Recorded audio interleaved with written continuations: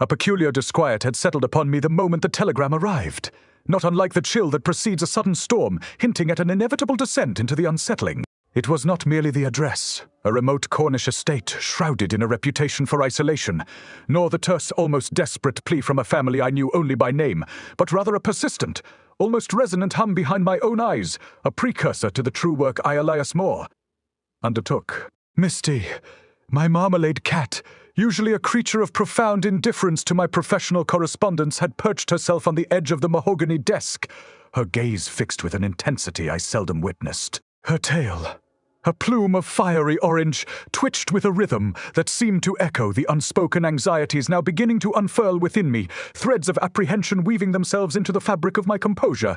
I had learned, over the years, to trust subtle cues, the inexplicable shift in an animal's demeanor, the subtle alteration in the quality of the air itself, a deepening of shadows that had no logical source. This case, even before I had delved into its specifics, felt different, possessing a certain weight, a density that threatened to press upon the very breath in my lungs. My profession, that of a paranormal investigator, frequently exposed me to the frayed edges of reality, yet this summons resonated with an unfamiliar, profound note. My experiences had afforded me a certain resilience, a mental fortitude honed by countless nights spent in forgotten manor houses and desolate ruins, sifting through the detritus of human terror and the lingering echoes of what lay beyond. I prided myself on a methodical approach, a calm detachment that allowed me to chart the currents of the unseen, to discern pattern from chaos.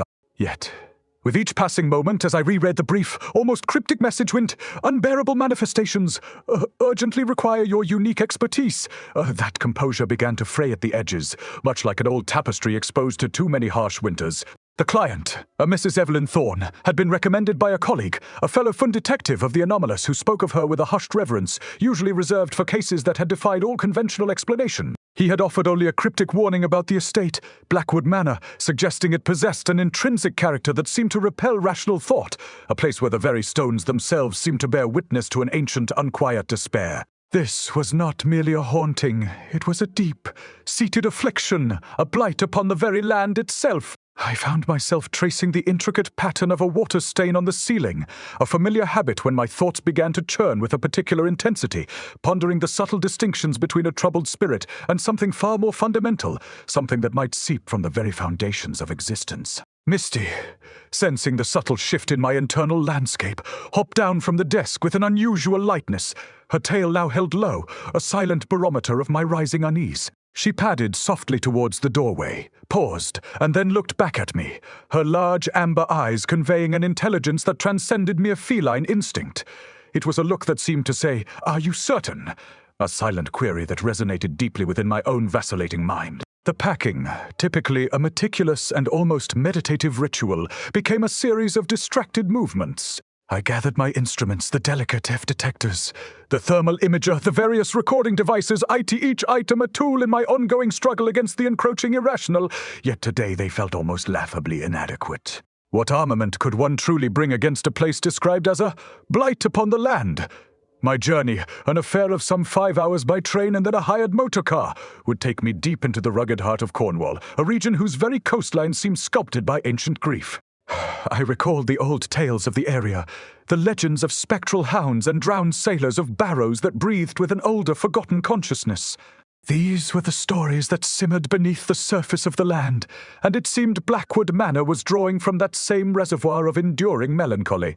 The prospect of facing another dawn in my own comfortable study, surrounded by the familiar scent of old books and pipe smoke, grew increasingly appealing, a stark contrast to the desolate journey that now lay before me, a journey into the unknown depths of a persistent anomaly. The train journey had been a blur of shifting landscapes and deepening grey skies, each mile taking me further from the familiar, further into a region steeped in its own peculiar brand of solitude. The hired motor car, a stately but somewhat antiquated machine, coughed and shuddered its way along increasingly narrow, untamed lanes, the gorse hedges on either side scratching a forcer rhythm against the paintwork. The air grew heavier, thick with the scent of damp earth, and something else, something indefinable, almost mineral, that clung to the back of my throat like a fine dust. We passed through a hamlet, little more than a cluster of weather, Beaten cottages, their windows like vacant eyes staring out at the encroaching twilight. Not a soul stirred. The silence here was not the peaceful quiet of the countryside, but a profound, almost aggressive stillness, a weighty cloak muffling all sound, leaving only the dull thrum of the engine and the incessant beat of my own heart. It was nearing 24:24 or midnight, as most would call it twiffy, when the driver, a taciturn man whose face seemed etched with the very lines of the landscape, finally slowed the vehicle. Before us, barely discernible through a tangle of neglected trees, stood the gates of Blackwood Manor. They were wrought iron, rusted and leaning precariously, their imposing design now softened by years of neglect, their former grandeur reduced to a skeletal outline against the bruised sky. Beyond them, a long winding drive disappeared into the deeper shadows of what looked like an ancient overgrown parkland. A shiver, not entirely attributable to the evening, as chill traced a path down my spine. The gates groaned as the driver, with visible reluctance, pushed one open just enough for the car to pass. The sound was like a sigh from something long dormant, disturbed in its slumber. As we crept through, the very atmosphere seemed to shift, growing denser, as if we had crossed an invisible threshold into a different quality of existence. The trees along the drive, ancient oaks and gnarled elms, formed a tunnel of interwoven branches, their skeletal fingers reaching, clawing at the meager light.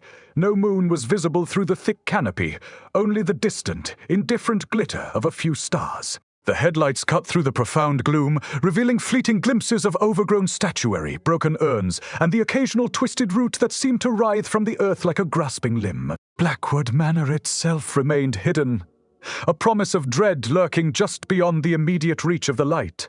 Its presence felt more than seen. I knew, with a certainty that bypassed logic, that I had not merely arrived at a house, but had instead stepped into the very heart of the anomaly I had been summoned to investigate, a place where the air itself seemed to remember things best left forgotten.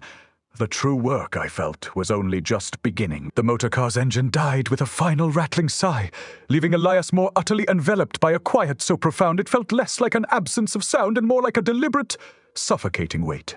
The driver, having deposited Elias's modest luggage onto the gravel, exchanged a curt nod that bordered on an apology for leaving him to such a fate before turning the vehicle and retreating down the obscured drive. His taillights dwindling to twin rubies, swallowed by the encroaching black. Elias stood alone then, the vast, hulking silhouette of Blackwood Manor unfolding before him. A structure of such severe and uncompromising grandeur, it seemed less built by human hands than carved from the very bedrock of the desolate landscape. Its myriad windows, dark and unreflecting, were like vacant, unseeing eyes in a face of weathered stone, each pane holding a depth of forgotten stories of sorrows long past. A single, intrepid tendril of ivy, thick as a man's arm, clawed its way up the sheer face of the west wing, a desperate verdant scar against the house's stern countenance. The very air around the manor felt different, thick and resistant, like wading through an unseen current, and Elias found himself inhaling deeply, almost instinctively, as if to test its substance. He had experienced countless properties steeped in a history of distress, but Blackwood possessed a quality that felt less like a memory of suffering and more like an ongoing, festering wound. This was not a house that merely harbored anomalies. It truly was the anomaly. Drawing his overcoat tighter against a gust that carried the saline tang of the nearby sea, mingled with an earthy dampness that permeated everything, Elias made his way to the massive oak front door. It was a formidable barrier, studded with iron and boasting a heavy brass knocker shaped like a grimacing gargoyle. Before his knuckles could connect, the door swung inward with a slow, deliberate motion, revealing not a servant, but a woman. She was slender, almost ethereally so, her dark dress seeming to cling to her like a second skin, accentuating a fragility that belied the stern set of her mouth. Her hair, a cascade of silver, was pulled back severely from a face that, even in the dim glow of the single lantern she held aloft, bore the indelible marks of prolonged anguish. Her eyes, deep-set and shadowed, held a haunted, almost pleading quality. Yet there was a reserve, a watchful wariness about her that Elias instantly recognized from others he had encountered in similar circumstances, foushioned individuals who had lived too long with the inexplicable, whose inner landscape had been irrevocably altered. "Mr. Moore," she said, her voice a low, breathy murmur that seemed to struggle against the oppressive quiet of the house. "I am Evelyn Thorne. Thank you for coming." I confess, I had begun to lose hope that anyone would brave the journey. Her gaze flickered over his shoulder towards the unseen drive, a fleeting expression of profound isolation crossing her features before she stepped back, inviting him into the maw of the house. The entrance hall was a cavernous space, its dimensions seemingly swallowed by the gloom. A grand staircase, its banister a dark, polished serpent coiling upwards into the unknown, dominated one wall. Ancient portraits, their subjects rendered in oils that had darkened with age, stared down from above, their expressions unreadable in the meager light. The air within was surprisingly still, a heavy, dust-laden atmosphere that seemed to resist movement, and Elias found himself instinctively reaching for his small, portable air quality monitor, though he knew it would reveal nothing more than the ordinary.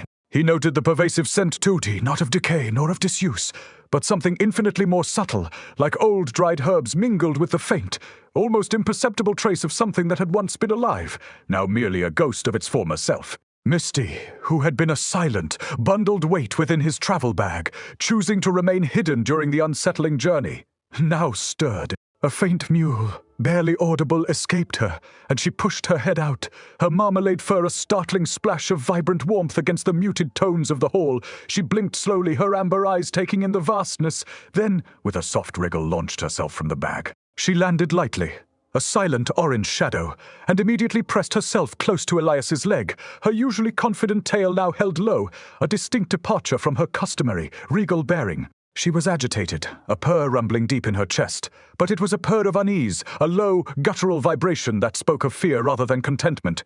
"Your cat, Mrs. Thorne observed, her voice barely above a whisper, her eyes fixed on Misty with an unnerving intensity. "She feels it too, then?" Elias merely nodded, stroking Misty's soft fur, the warmth of her small body a grounding presence amidst the encroaching chill. "What exactly have you been experiencing, Mrs. Thorne?" he inquired, his professional tone a deliberate anchor against the current of nascent dread. She wrung her hands, her gaze darting from the dark recesses of the hall to the distant, unseen corners of the room. "Not simply things seen, Mr. Moore," she began, her voice gaining a desperate, almost frantic edge. "But things you felt ye, a presence, yes, but more than that. The house, it changes. Rooms shift, sounds that are not sounds, but a pressure in the mind. The very fabric of reality seems to fray sometimes. And the dreams, oh, the dreams." Her voice trailed off, her slender frame trembling visibly. She gestured vaguely towards a door to the left. "I have prepared a room for you. It is as far removed from the more active areas as I could manage. Perhaps you would like to settle in before we discuss further." Elias understood. She was overwhelmed, clinging to the last vestiges of her composure, hoping to postpone the inevitable confrontation with the things that had driven her to such a state. He followed her, Misty still pressed against his ankles, through an archway and down a narrow, surprisingly bright corridor, for a brief respite from the gloom. The room she indicated was at the very end, a modest chamber overlooking a stretch of unkempt garden, now reduced to a monochrome expanse in the moonless night. A single oil lamp cast a gentle, flickering light, illuminating a sparsely furnished space, a heavy wooden bed, a writing desk, and a small, cracked porcelain basin. The window, though clean, seemed to distort the darkness outside, making the garden appear to undulate, to possess a subtle, unsettling motion of its own. Mrs. Thorne offered a fleeting, almost apologetic smile, then retreated, her footsteps echoing faintly as she disappeared back into the depths of the manor. Elias was alone once more. He set down his bag, and Misty, after a moment of wary appraisal, leapt onto the bed, settling herself into a tight, watchful coil, her eyes fixed on the closed door. A peculiar sensation began to prickle at the back of Elias's neck. Not a coldness, but a subtle, almost imperceptible vibration in the air, a hum that seemed to resonate within the very bones of the house. He walked to the window, peering out into the garden. The undulating motion he had perceived earlier seemed more pronounced now, a rhythmic swell and fall in the darkness, as if the earth itself were breathing, a vast, silent lung beneath the withered foliage. He pressed a hand to the glass, finding it surprisingly warm, almost feverish. In contrast to the late-night air, Blackwood Manor, he knew then, was not merely a recipient of malevolent energies.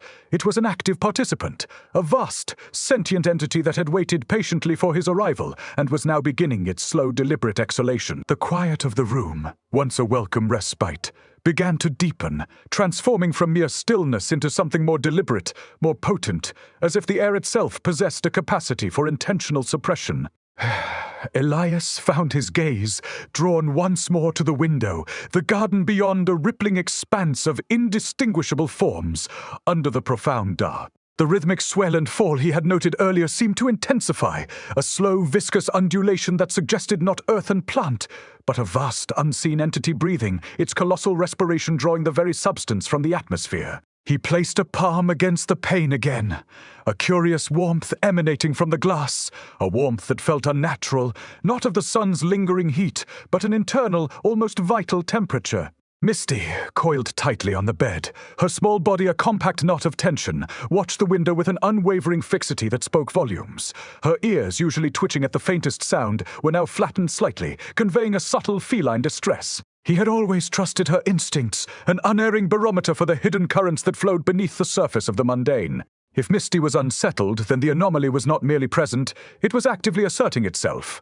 A quiet, insistent pressure building within the confines of Blackwood Manor, pressing against the fragile membrane of his own composure. This was the house's initial greeting, a subtle yet profound declaration of its nature, its very being a challenge to the rational mind. He turned from the window, his gaze sweeping the room, seeking a tangible anchor in the pervasive strangeness. The lamp on the bedside table cast a pool of tremulous light, its small flame dancing with an erratic zeal, its movements too exaggerated for the lack of any discernible draught. Elias retrieved his small, handheld EMP detector from his bag, a familiar reassuring weight in his hand, its cool metal casing a welcome contrast to the peculiar warmth of the window pane. He swept it slowly around the room, the needle remaining steadfastly unmoving, the device stubbornly registering nothing out of the ordinary.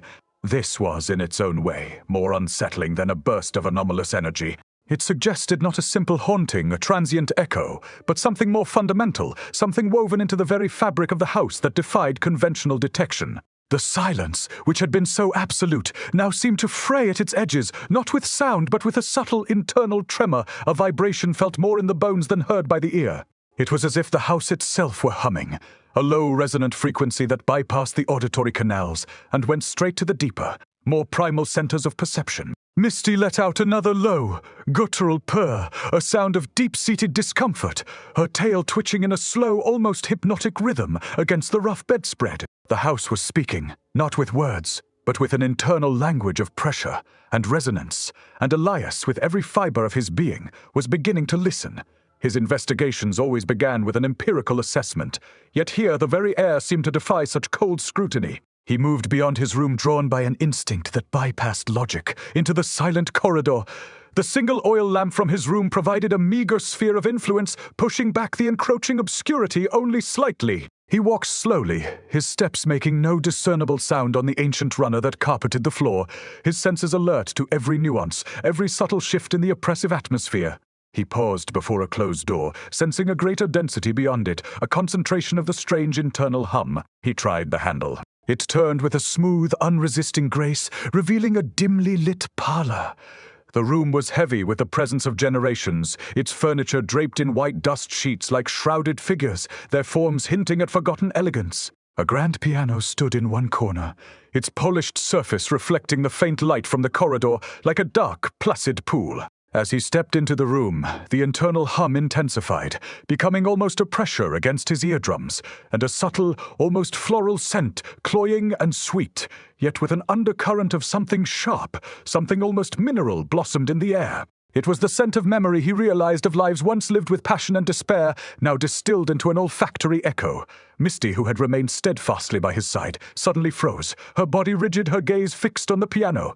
Elias followed her unwavering stare. There was nothing visibly amiss. The piano stood silent, its keys a uniform expanse of ivory. Yet as he watched, a single, almost imperceptible tremor ran through its polished surface, a ripple that seemed to emanate from within the wood itself, as if a great unseen sigh had passed through it. And then, without warning, a single, low note, deep and resonant, sounded from the instrument. It was not struck, it simply feuille, a sustained vibration that filled the room, a mournful, solitary sound that seemed to well up from the very depths of the house's foundations. It was a note of profound sorrow, of an ancient, inconsolable grief.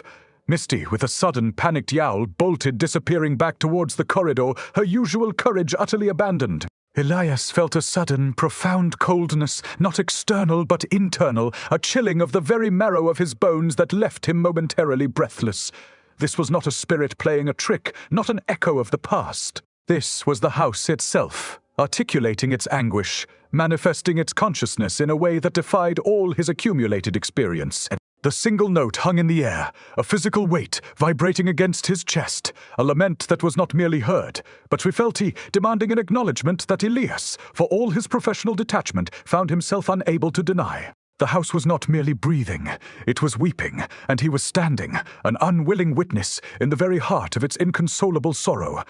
His rational mind, a fortress built on years of rigorous logic, felt a sudden disconcerting crack. The true nature of Blackwood Manor was beginning to reveal itself, and it was far more profound, far more terrifying than any mere haunting. The single, sustained piano note faded not into silence, but into a deeper, more resonant quiet, a vacuum that seemed to draw the very warmth from the air. Elias stood transfixed, the lingering vibration of phantom pressure against his sternum, a physical manifestation of the house's profound sorrow. Misty's panicked yowl still echoed in the hollows of his mind, a stark reminder of the raw, instinctual fear that had gripped her. He had never seen her so utterly bereft of her customary composure, her retreat a profound confirmation of the anomaly's unsettling power. This was not the fleeting chill of a spectral presence, nor the disembodied whisper of a restless spirit.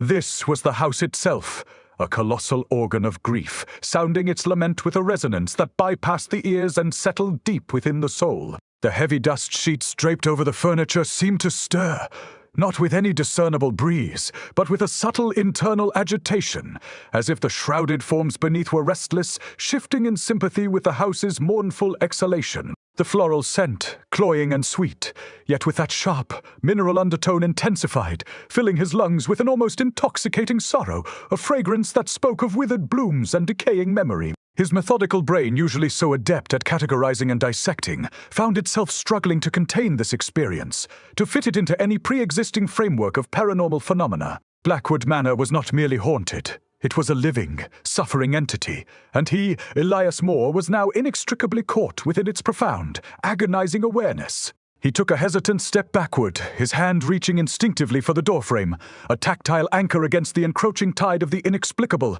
The air grew perceptibly heavier, pressing against his skin, a tangible weight that made each breath a deliberate effort. The faint light from the corridor seemed to dim further, as if the very darkness were drawing inward, consolidating its hold. The portraits in the main hall, glimpsed through the open door of the parlor, seemed to lean forward, their painted eyes holding a deeper, more knowing scrutiny. He felt a sudden, profound sense of being observed, not by an individual entity, but by the house itself, by every stone and timber, by the very dust motes dancing in the dim light.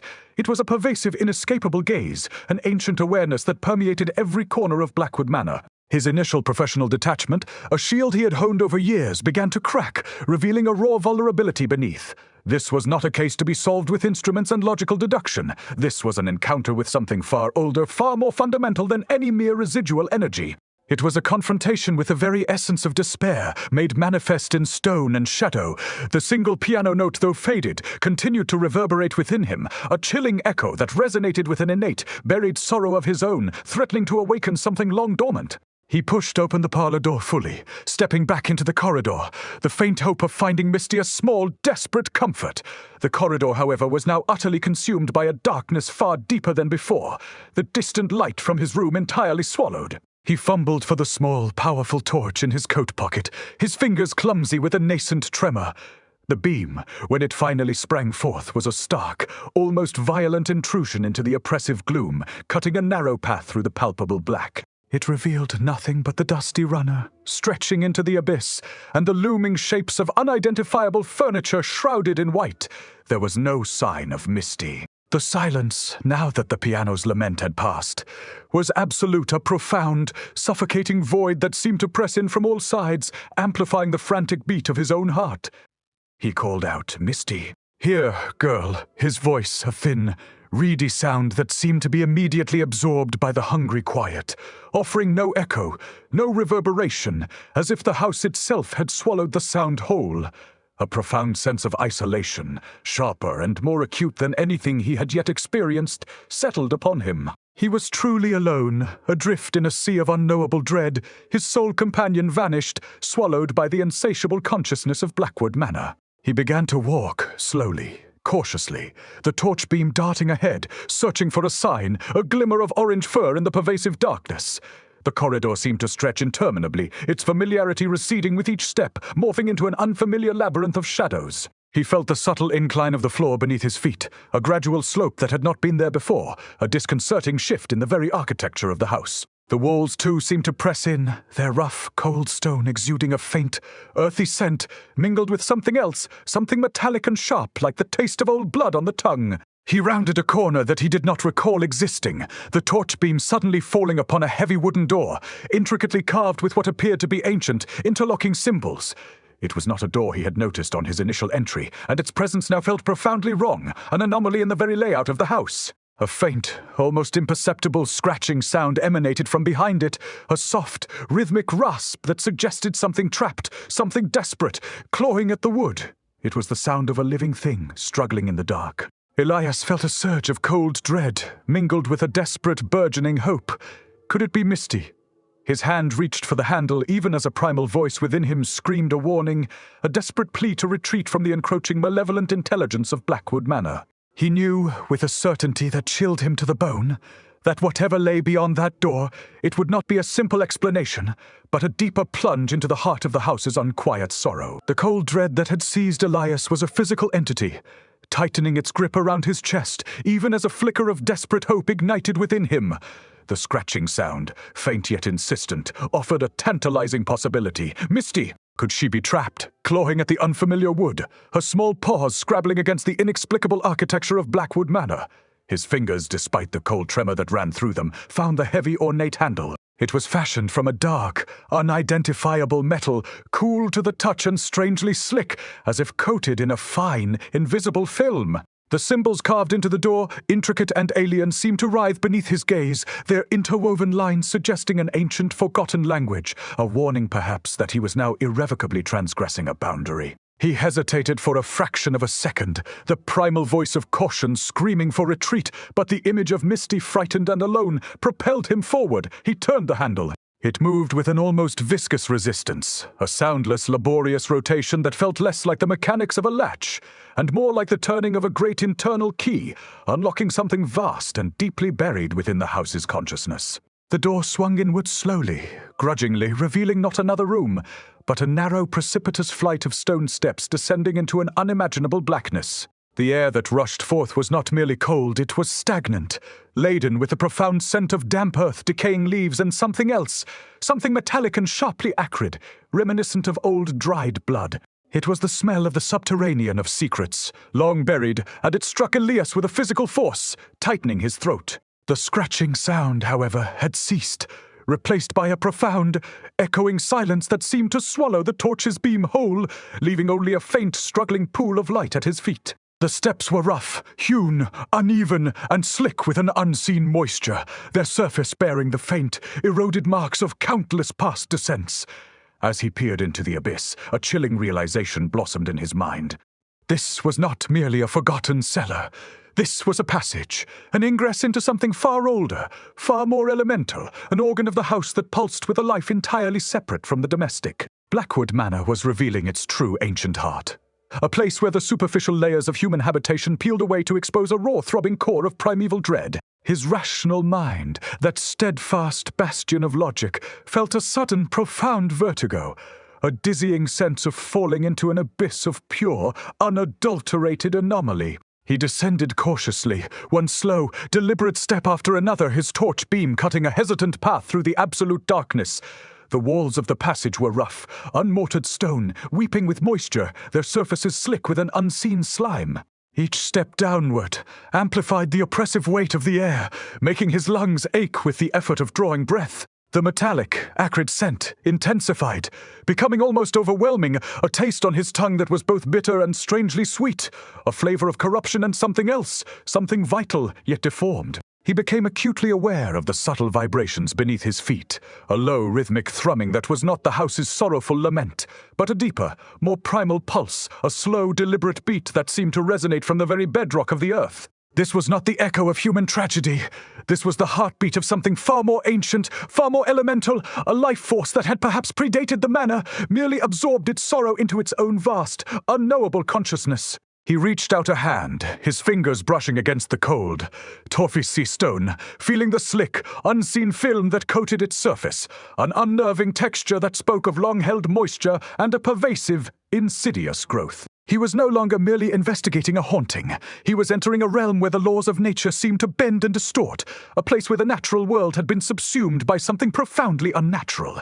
The steps finally ended, depositing him onto a floor of packed earth that was strangely yielding, almost spongy beneath his boots. The passage had widened slightly, though the ceiling remained low, pressing down like a monstrous lid.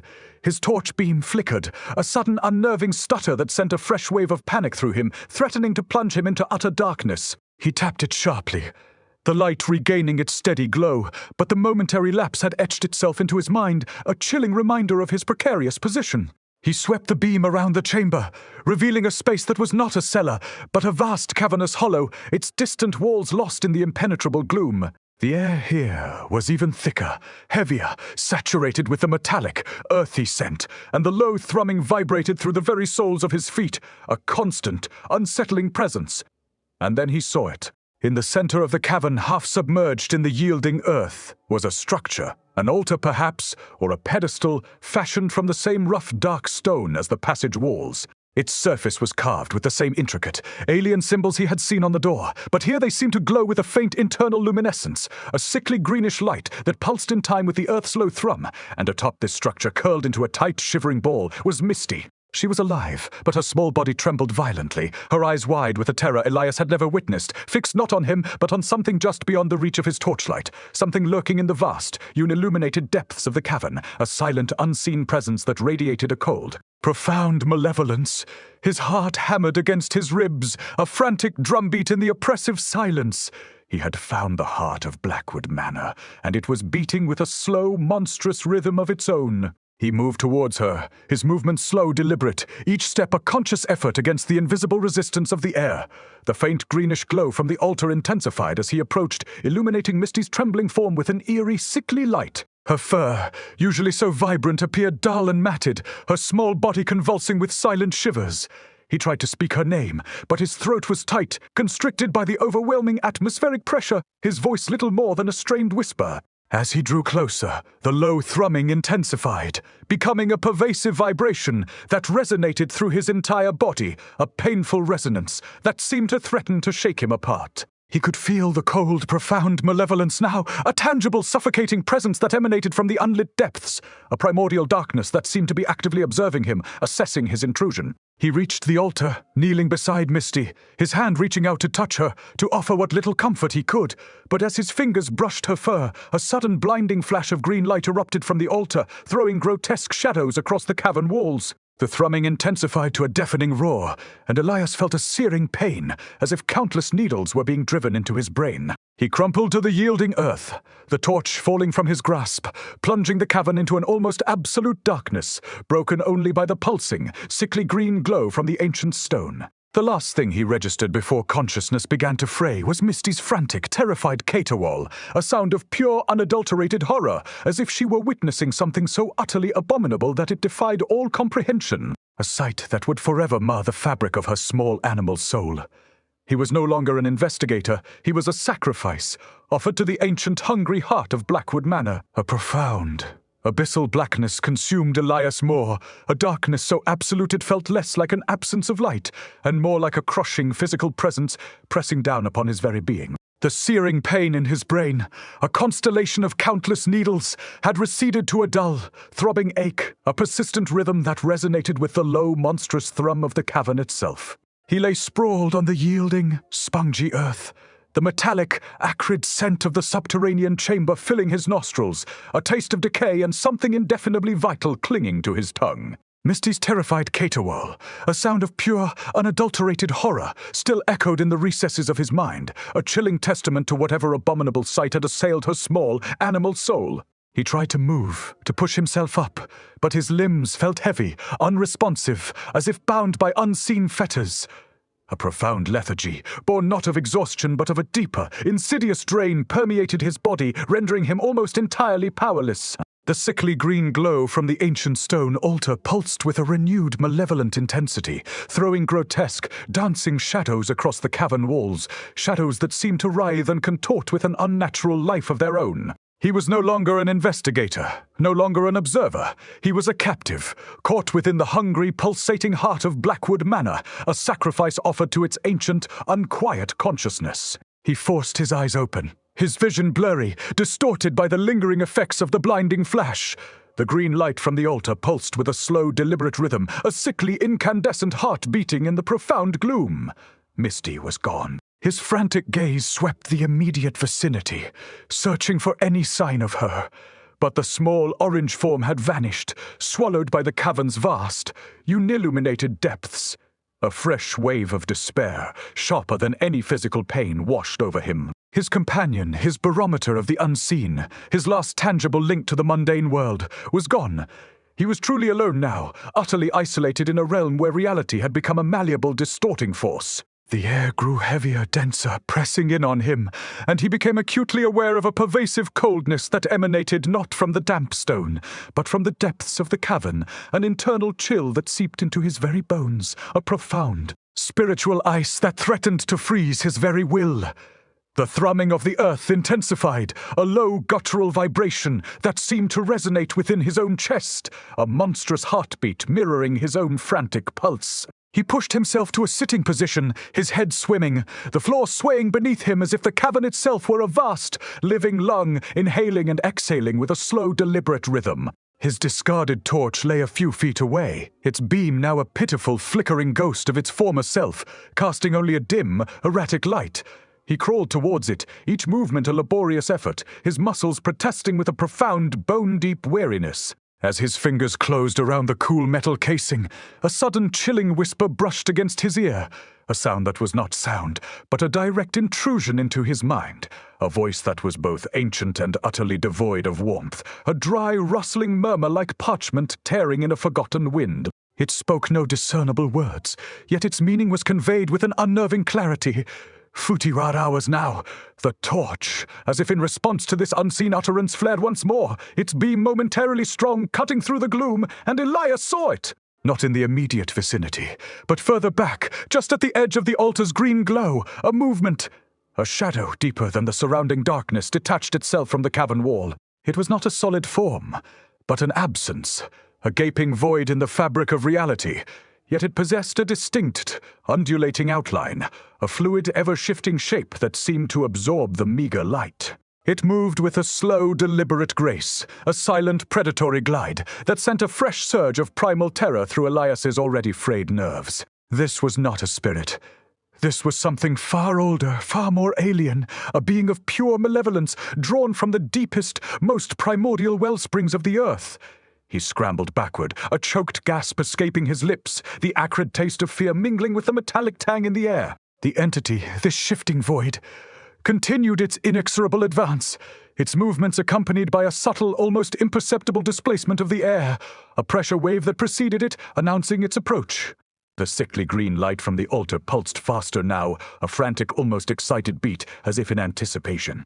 Elias pressed himself against the rough, damp stone of the cavern wall, his heart hammering against his ribs, a frantic drumbeat against the slow, monstrous thrum of the earth. He felt a profound sense of utter helplessness, a chilling realization that all his instruments, all his years of methodical investigation were utterly useless against such an entity.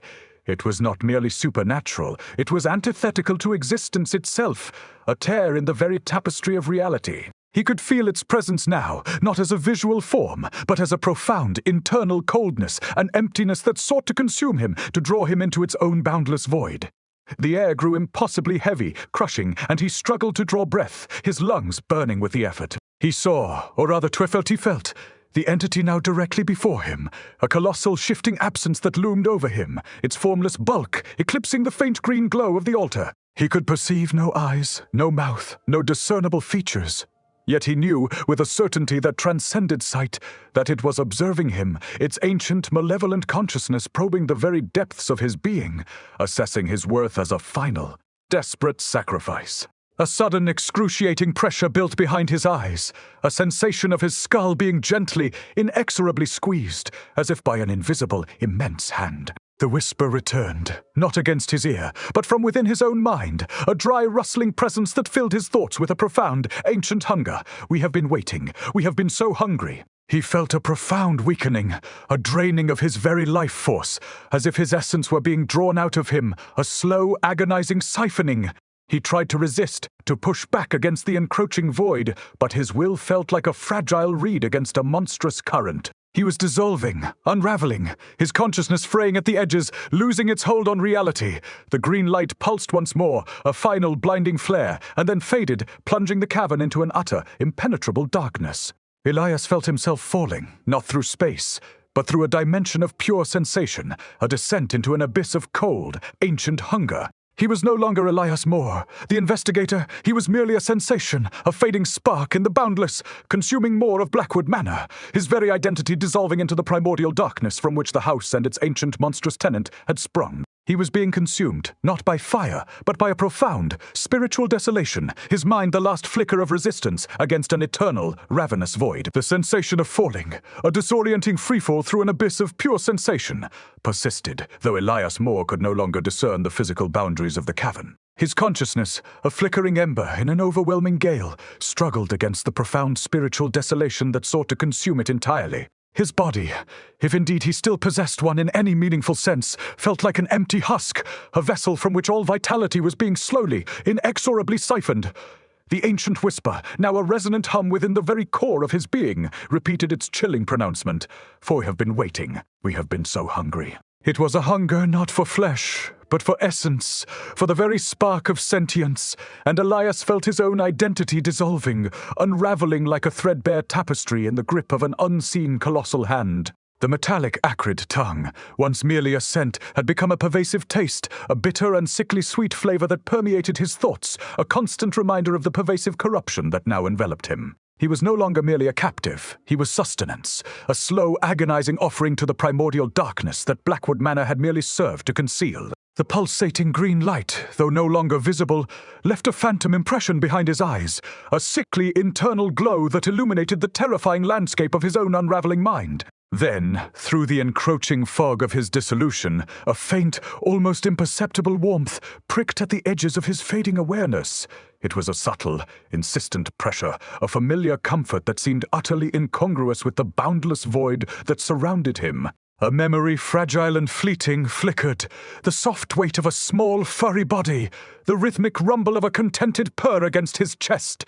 Misty. Her presence, her simple living warmth, was a defiant spark against the overwhelming coldness, a tether, however slender, to the world he was rapidly leaving behind. The ancient hunger within his mind seemed to recoil, if only for a fraction of a second, at this unexpected intrusion, this defiant flicker of mundane life. It was a brief, almost imperceptible weakening in its suffocating grip, but it was enough. A raw, desperate surge of will, born not of logic, but of an animalistic desire for survival, ignited within Elias. He clung to the phantom warmth, to the memory of Misty, as a drowning man clings to a fragile spar, allowing it to pull him, however feebly, back towards the precipice of consciousness. The process was agonizing, a slow, arduous ascent from the depths of dissolution, each reclaimed fragment of self a victory against the consuming void. He was still profoundly weakened, his mind a fractured landscape, but he was no longer merely falling, he was fighting. The true return was not a sudden burst of light or sound, but a gradual disorienting coalescing of sensation. The oppressive darkness remained, but it was no longer absolute faint, flickering green light pulsed weakly from some distant source. The vast, resonant thrum of the earth returned, but now it felt less like an external force and more like a vibration deep within his own bones, a monstrous echo of his own fading pulse. He became aware of the rough, damp texture of stone against his cheek, the cold, yielding earth beneath his body. He was lying face down, his limbs still heavy, unresponsive, but the sensation of being utterly consumed had receded, replaced by the profound, crushing weight of gravity. He coughed, a dry, rasping sound that tore at his throat, and the metallic, acrid taste filled his mouth, a bitter reminder of his near dissolution. He was back, though, to what extent he could not yet discern. The ancient whisper had retreated, its hungry presence replaced by a pervasive, watchful silence, a palpable sense of observation from the unlit depths of the cavern. He was no longer falling, but he was far from safe. The malevolence was still present, a colossal, unseen predator, merely biding its time, assessing the unexpected resilience of its prey. With a monumental effort, Elias pushed himself onto his side, his vision still swimming, the cavern a swirling kaleidoscope of green and black. His head throbbed with a persistent dull ache, and his body felt bruised, battered, as if he had been physically beaten. His torch was nowhere in sight, swallowed by the gloom. The source of the faint green light was the altar, still pulsing with its sickly luminescence, though its glow was considerably weaker now, as if its energies had been taxed. He tried to call out Misty's name, but only a hoarse croak escaped his lips. He was alone, profoundly so, his only comfort the fragile internal ember of resistance that Misty's memory had sparked. He knew with a chilling certainty that the entity had merely retreated, not been vanquished. It was a primordial force, a hunger that had perhaps slumbered for eons, and his brief, inexplicable resistance had merely been a momentary inconvenience, a peculiar anomaly in its inexorable consumption. He had been given a reprieve, however brief, a fragile window of opportunity to comprehend the true nature of his predicament. The cavern walls seemed to press in, their damp, rough surfaces looming, and the air grew thick with a profound, suffocating stillness. He was trapped, a single fragile human consciousness pitted against an ancient ravenous entity in the very heart of its domain. He pushed himself to his knees, the effort sending waves of nausea through him, his muscles trembling violently. His hands, caked with cold, damp earth, found the rough surface of the altar, the stone strangely warm beneath his touch, almost feverish. The intricate, alien symbols carved into its surface seemed to throb with a faint, internal light, their lines shifting, reforming into patterns that defied logic, that hinted at geometries beyond human comprehension. He felt a sudden, profound revulsion, a visceral understanding that this altar was not merely a structure, but a conduit, a focal point for the malevolent energy that pervaded Blackwood Manor. It pulsed with a dark, ancient power, a power that had reached out to consume him, to draw him into its boundless void. He dragged himself away from it, recoiling from its sickly glow, its unnatural warmth. He knew, with a chilling certainty, that he could not remain here. He had to escape. Not merely for his own survival, but for the fragile spark of humanity he still carried, a spark that the ancient hunger sought to extinguish entirely. He was not merely fighting for his life, he was fighting for his very soul, for the continued existence of his identity in the face of an entity that sought to erase him into nothingness, to add his essence to its own vast, unknowable consciousness. The ascent from this abyssal chamber would not merely be a physical climb.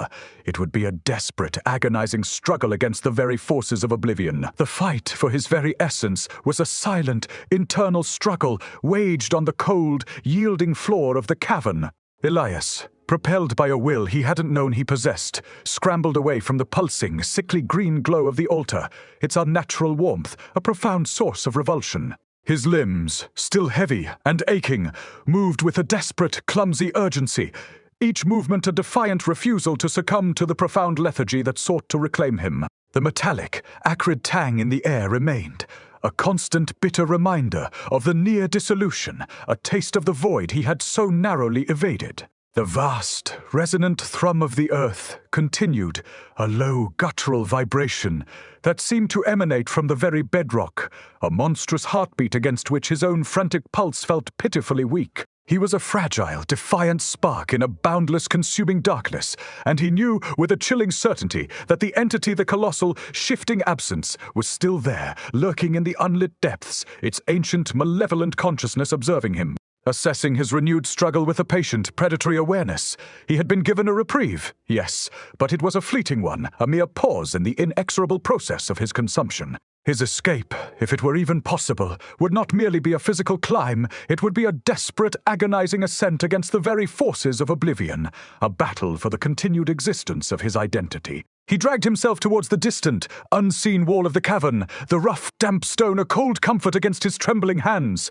The darkness here was absolute, a profound suffocating black that seemed to absorb all light, all sound. He could feel the pervasive coldness emanating from it, a spiritual ice that threatened to freeze his very will. His torch, lost in the initial chaos, was still nowhere to be found, leaving him entirely dependent on the erratic, distant pulse of the altar's sickly green glow. He tried to orient himself, to recall the direction of the rough-hewn steps that had led him into this subterranean moor, but his mind felt fractured, fragmented, the memories elusive, shrouded in a disorienting fog. The cavern itself seemed to shift, its dimensions fluid, its very architecture a mutable, malevolent deception. He pushed his hands against the wall, feeling the slick, unseen film that coated its surface, an unnerving texture that spoke of long-held moisture and a pervasive, insidious growth. He was moving, blindly, desperately, hoping to stumble upon the egress, to find a way out of this primordial prison before the ancient hunger decided to reclaim its interrupted meal.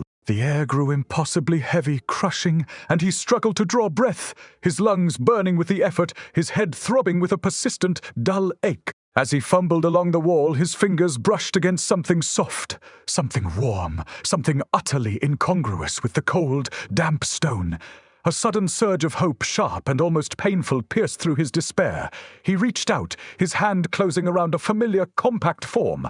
It was Misty. She was curled into a tight, shivering ball in a small indentation in the wall, her marmalade fur dull and matted, her small body convulsing with silent tremors. Her eyes, wide and terrified, were fixed on him, not on the distant altar, but on his face, a raw, desperate plea for rescue etched into her features. She let out a faint, almost inaudible mewl, a sound of profound distress, and pressed herself against his hand, her small, trembling body a fragile anchor in the encroaching madness. Elias scooped her up, cradling her close, feeling the fragile warmth of her body against his chest, a grounding presence amidst the suffocating cold. Her presence, her simple living warmth, was a defiant spark against the overwhelming coldness, a testament to the enduring power of life in the face of consuming oblivion. He was not alone. The metallic taste in his mouth seemed to lessen, if only for a moment, and the crushing weight in the air felt slightly less oppressive. Misty, his small, intrepid companion, had not been consumed. She had merely sought refuge waiting for him, a testament to a bond that transcended the horrors of Blackwood Manor. He held her close, feeling the rhythmic thump of her small heart against his own, a comforting, familiar pulse that pushed back against the monstrous thrum of the earth. He began to move again, more purposefully now, his resolve strengthened by her presence. He would not merely escape. He would carry her out of this place, out of the grasp of the ancient hunger that sought to consume them both. He continued to follow the wall, his torchless path guided only by the distant, weakening pulse of the altar's sickly green glow, a malevolent beacon in the profound darkness. The air around them seemed to thicken, to resist their passage, as if the cavern itself were a vast, living maw, attempting to swallow them whole. He felt the cold, profound malevolence now, not as a distant presence, but as a double suffocating force that emanated from the unlit depths, a primordial darkness that seemed to be actively observing their struggle, assessing their defiance. He knew it was watching, waiting for them to falter, to succumb to the overwhelming despair. The passage seemed to lengthen, to twist and turn in ways that defied his memory of their descent, a labyrinthine deception designed to disorient and ensnare. Then, just as his hope began to fray, just as the crushing weight of the air threatened to overwhelm him, his hand brushed against something different. Not the rough, damp stone, but the smooth, cold surface of carved wood. It was the door. The intricately carved door, with its ancient alien symbols, now faintly visible in the dim, distant light of the altar. A wave of profound relief, sharp and exhilarating, washed over him, momentarily dispelling the consuming dread. He fumbled for the handle, his fingers clumsy with a renewed urgency.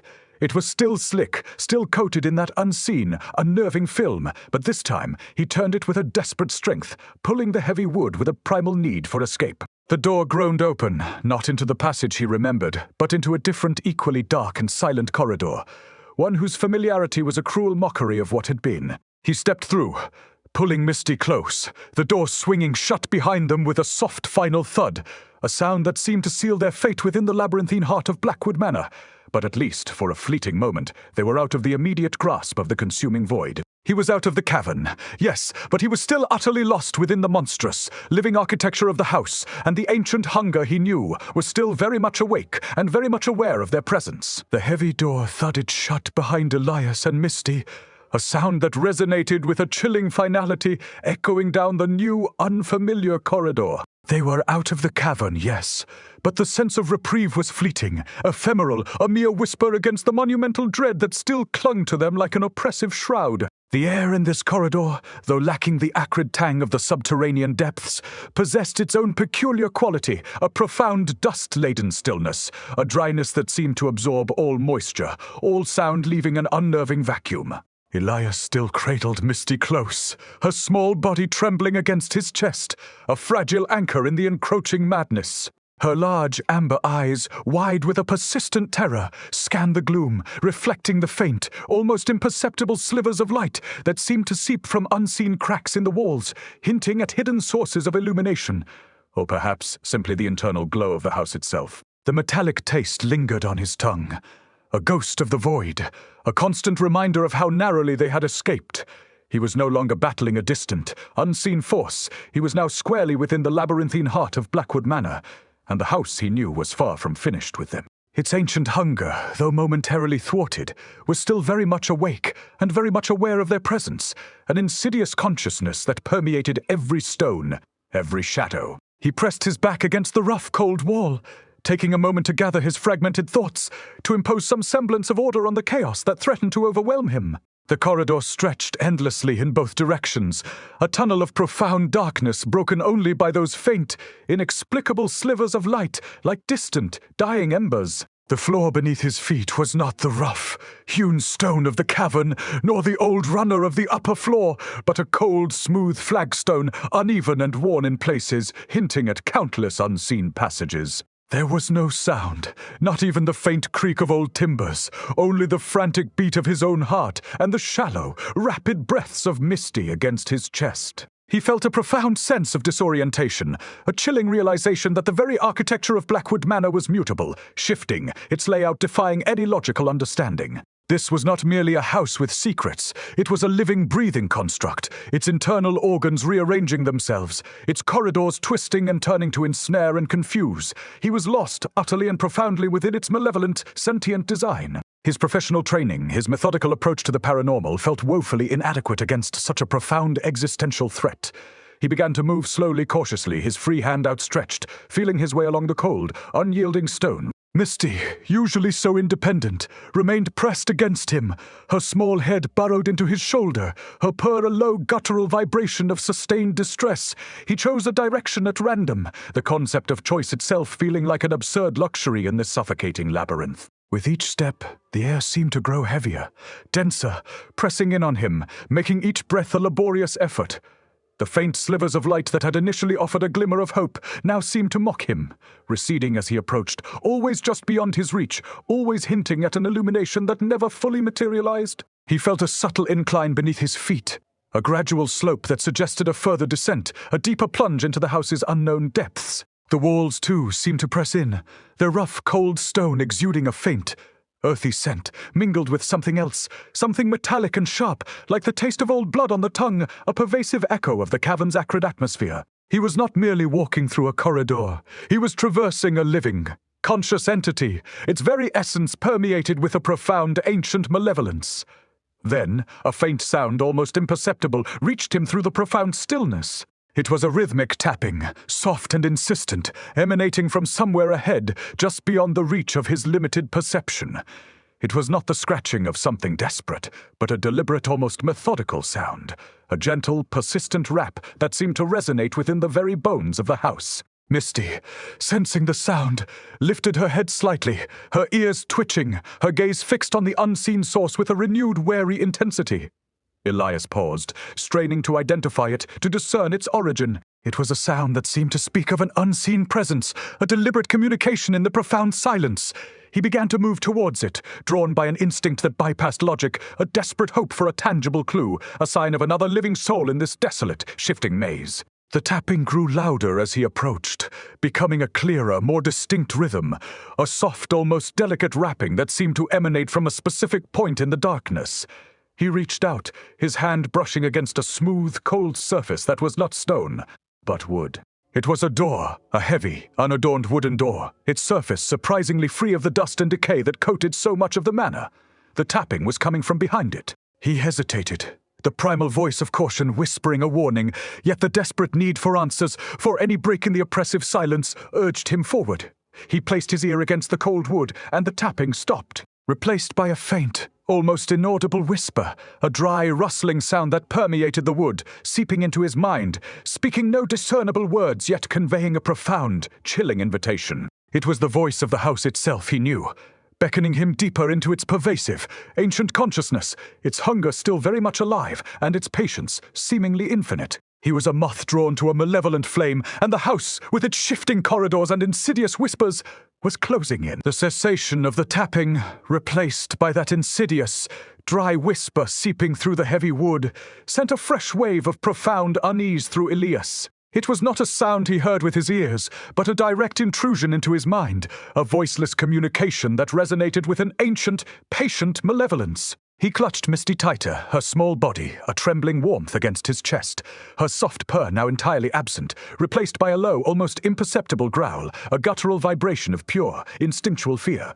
The very air around the door felt colder, denser, a palpable pressure that seemed to emanate from the wood itself, a silent invitation that felt more like a summons to an inevitable fate. He was standing before another threshold, another gateway into the deeper, more profound mysteries of Blackwood Manor, and the house he knew was orchestrating his every step, guiding him deeper into its pervasive, ancient consciousness. His logical mind, usually so adept at dissecting and categorizing, felt like a fragile vessel adrift on a boundless sea of pure, unadulterated anomaly, its compass spinning wildly in the face of such an overwhelming sentient entity. He had to know what lay beyond. The hunger for understanding, a professional compulsion, was now inextricably intertwined with a desperate primal need to survive.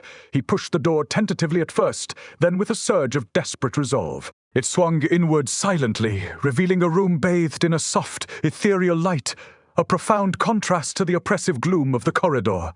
It was a bedchamber, grand and opulent, yet utterly devoid of life, frozen in a state of suspended animation. A four-poster bed, draped with heavy, embroidered velvet curtains now faded to a ghostly grey, dominated the center of the room. A dressing table laden with tarnished silver brushes and stoppered crystal bottles stood before a tall arched window, its glass opaque with years of neglect, diffusing the unseen light into an otherworldly glow. The air here was strangely still, devoid of the dust-laden scent of the other corridors, yet it carried a faint or almost imperceptible fragrance, like dried lavender mingled with something sharp, something metallic, a scent that spoke of long ago elegance and a sudden, violent end. Elias stepped inside. Misty still clutched close, her small head now peeking over his shoulder, her eyes wide with a mixture of terror and a peculiar feline curiosity. The door swung shut behind them, not with a thud, but with a soft, almost soundless click, a subtle, chilling finality. His gaze swept the room, taking in the preserved stillness, the eerie tableau of a life interrupted. On the bedside table a half-read book lay open, its pages brittle with age, a bookmark still tucked between them. A delicate porcelain teacup rested on a saucer, a faint dark stain at its bottom, as if its last occupant had left it only moments ago. It was a room that hummed with residual energy, not merely an echo, but a vibrant, almost tangible presence, the lingering imprint of a powerful, perhaps tragic, consciousness. He walked towards the dressing table, drawn by an inexplicable compulsion, the faint, metallic scent growing stronger with each step. As he approached, the surface of the antique mirror, usually dark and unreflecting, shimmered, not with light but with an internal luminescence, a faint pearlescent glow that seemed to emanate from within the glass itself. And then a face began to form within its depths. Not a reflection of Elias, but a woman's face, pale and ethereal, her eyes vast pools of sorrow, her lips parted as if to speak a word that would never escape. It was Evelyn Thorne, but younger, her features unmarred by the profound anguish he had witnessed, yet possessed of an even deeper, more ancient grief. He stood transfixed, Misty now trembling violently in his arms, her low growl intensifying to a frantic, desperate rumble. The face in the mirror solidified, its features becoming clearer, more defined, yet retaining that translucent quality, as if she were made of woven moonlight and sorrow. Her eyes, fixed on Elias with an unnerving intensity, seemed to penetrate his very being, reading the deepest recesses of his thoughts. And then her lips moved. A soundless whisper, yet the meaning resonated directly within his mind, a voice that was both ancient and unbearably mournful. Oh, he is here. He is always here. The light in the mirror pulsed, a sudden blinding flare of pearlescent white, and the face contorted, not in pain, but in a profound, desperate warning, her eyes widening in what seemed to be a silent scream of utter terror. The very air in the room grew impossibly cold, a sudden physical chill that pierced through his coat, through his very bones, an internal ice that threatened to freeze his blood. The metallic scent intensified, becoming almost overwhelming, a bitter taste of old blood and profound despair. He felt a sudden, profound sense of being watched, not by the woman in the mirror, but by something else, something vast and ancient, a presence that had merely been lurking at the periphery, now drawing closer, its malevolent consciousness fully awakened by the woman's desperate manifestation. The light in the mirror flared once more, a final, blinding burst of pearlescent white, and the face dissolved, melting back into the shimmering glass, leaving only a faint, lingering glow. But the message, the desperate warning, remained seared into Elias's mind. Fushi is here. He is always here. And then, from the darkest corner of the room, a profound stillness descended. A cessation of all sound, all movement, a vacuum that seemed to draw the very breath from his lungs. The air grew impossibly heavy, crushing, and the faint, pearlescent glow from the mirror died, plunging the room into an absolute suffocating darkness.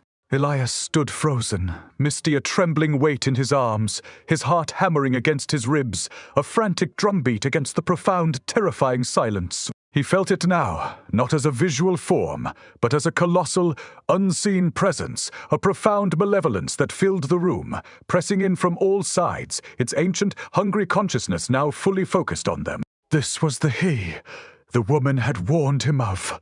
The true, ancient horror that permeated Blackwood Manor. He had found the source, not of a haunting, but of a primordial entity, a consuming void that had merely used human sorrow as a veil. He was no longer an investigator. He was prey, and the hunter, an ancient, nameless terror, was now fully awake and had finally irrevocably found them. The true nature of Blackwood Manor was not merely sorrow. It was an eternal, ravenous hunger, and Elias, with Misty clutched close, was standing at the very precipice of its boundless, consuming maw.